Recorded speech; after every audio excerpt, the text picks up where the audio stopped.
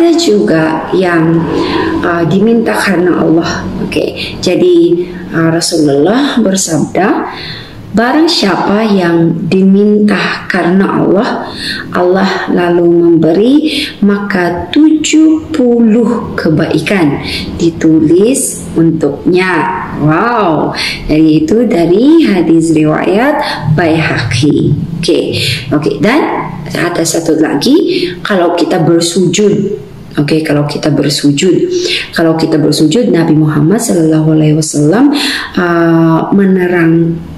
menerangkan bahwa Allah Subhanahu wa Ta'ala memerintahkan kita bersujud dengan 7 organ tubuh. Jadi 7 organ tubuh itu apa?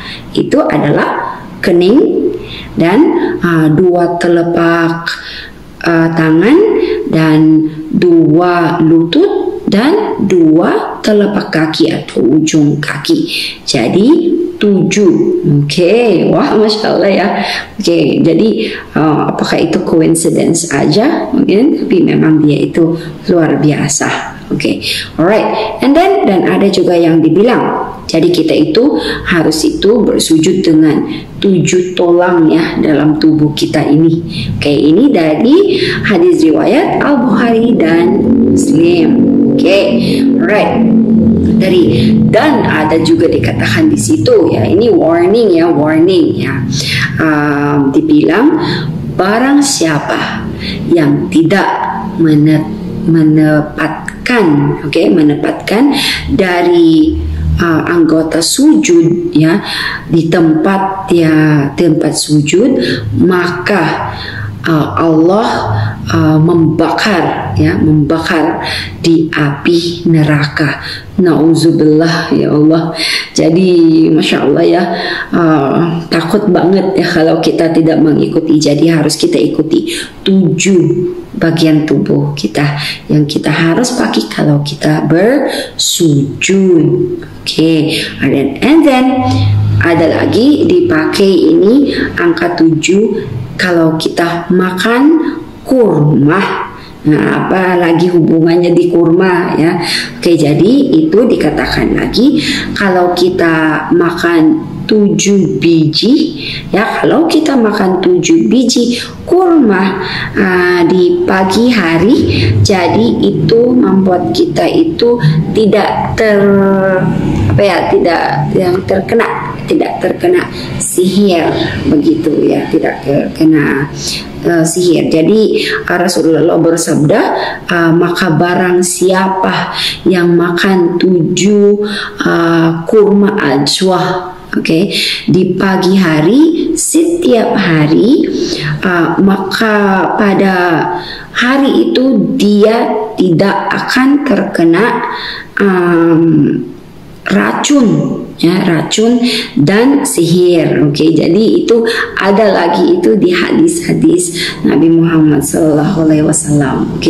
Dan ada lagi di khatam, kalau kita khatam Al-Quran, itu dibicarakan lagi. Rasulullah bersabda, khatamlah Al-Quran setiap 7 hari dan janganlah lebih cepat dari itu. Ada juga di hadis itu ya, khatamlah Al-Quran setiap 7 hari ya, dan janganlah lebih cepat dari itu. Kenapa 7 hari? Kenapa tidak 5? Kenapa tidak 8? Jadi itu yang kita harus pikirin ya, kenapa. Dan lagi, pasti ini ketahuan dengan semua yang sudah berangkat, yang semua diberkahi untuk berangkat ya ke Mekah. Jadi di situ kalau tawaf, tawaf di Ka'bah. Jadi seorang mukmin ya bertawaf di sekeliling Baitullah sebanyak 7 putaran. Melakukan sa'i antara Syafah dan Marwah sebanyak 7 kali. Oke. Serta melempar jumlah dengan 7 kali. 7 ya, kenapa 7? Begitu ya, dia luar biasa banget ya. It's a mystery, jadi misterius banget kenapa 7. Oke, dan lagi tentang kiamat. Lagi tentang kiamat, di kata-kata ya tentang kiamat itu di dalam Al-Quran disebutkan sebanyak 70 kali. 70 kali ya disebutkan itu tentang kiamat ya, kata-kata kiamat di dalam Al-Quran. Jadi kata Jahannam disebutkan 77. Jadi kalau kata kiamat 70 kali, kata Jahannam 77 kali disebutkan dalam agama Al-Quran. Jadi keduanya merupakan kelipatan dari angka 7. Masya Allah ya. Seperti menurut kalian bagaimana ya? Kenapa 7? Ya, jadi saya juga itu kenapa membuat saya tuh kaget waktu saya baca hal-hal tentang ini ya. Kok ternyata 7 ini luar biasa banget ya, dia benar-benar istimewa, angka yang istimewa begitu. Dan ada lagi di situ.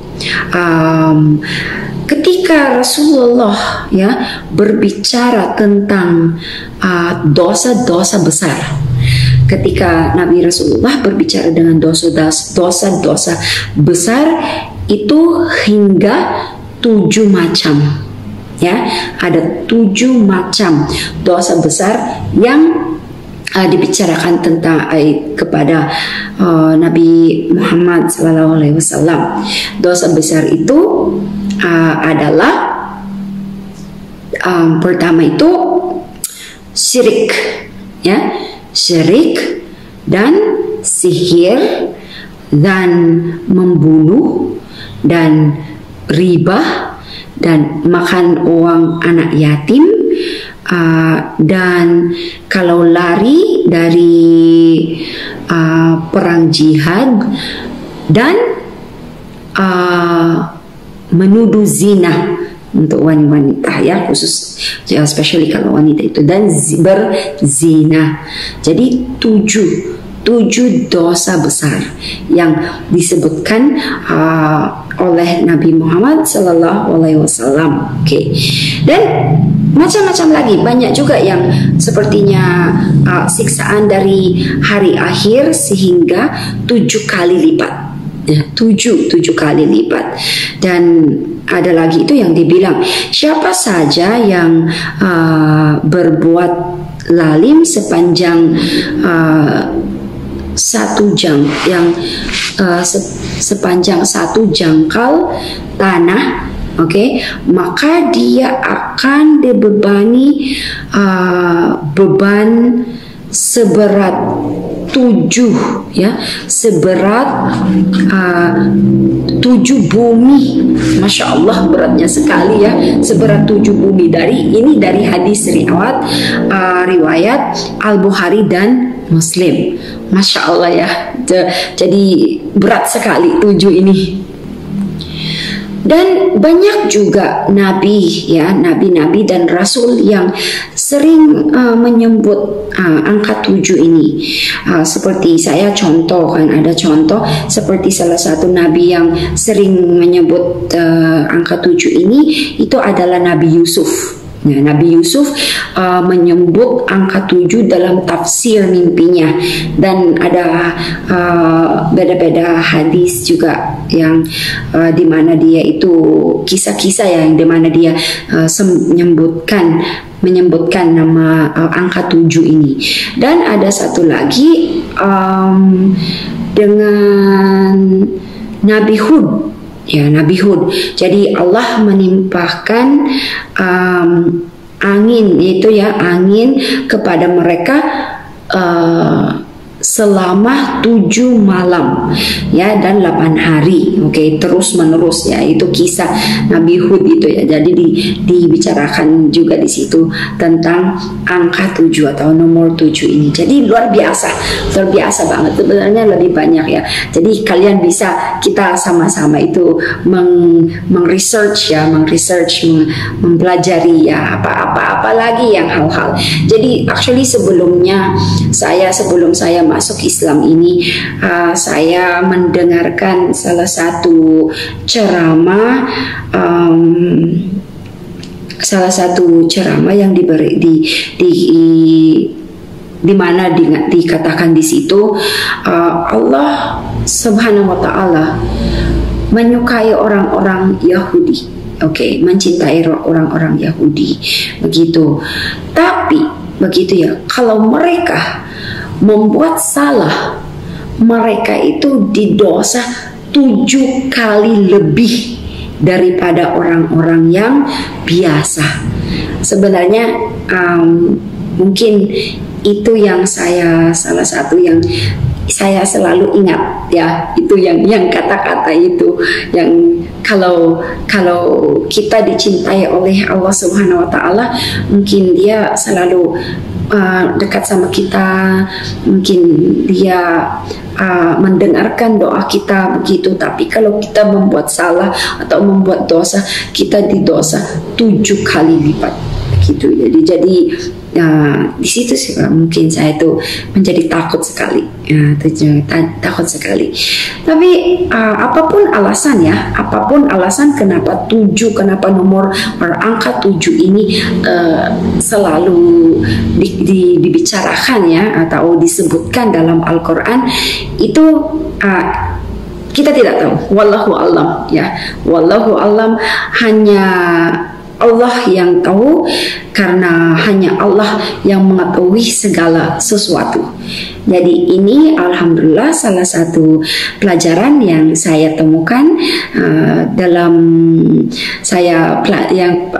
pelajarannya dalam agama Islam, yang saya sangat senang untuk bagikan ya untuk saudara-saudariku. Jadi makasih banyak, dan saya berterima kasih dan bersyukur atas waktu kalian untuk belajar bersama saya, Hadijah ya. Jangan lupa subscribe, like, and share, dan jangan lupa juga tonton Facebook dan Instagramku Hadijah Lain Mualaf.